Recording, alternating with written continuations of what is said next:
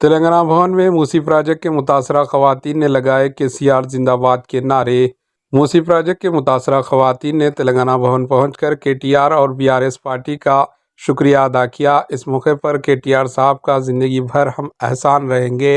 इन्होंने कहा कि कोर्ट से स्टे ऑर्डर दिलवाकर हमारे घरों को टूटने से बचाया। मूसी प्रोजेक्ट के मुतासरा लोगों ने तेलंगाना भवन पहुंचकर केटीआर और बीआरएस पार्टी का अदालत से स्टे ऑर्डर दिलाने पर शुक्रिया अदा किया। इन्होंने खुशी का इजहार किया।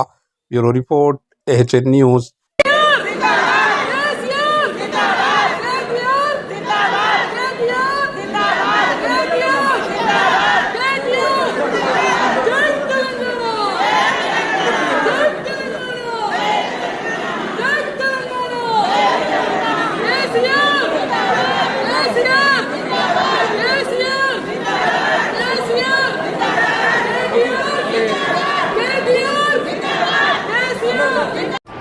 एएचएन न्यूज़ को लाइक करें, शेयर करें और सब्सक्राइब करना ना भूलें।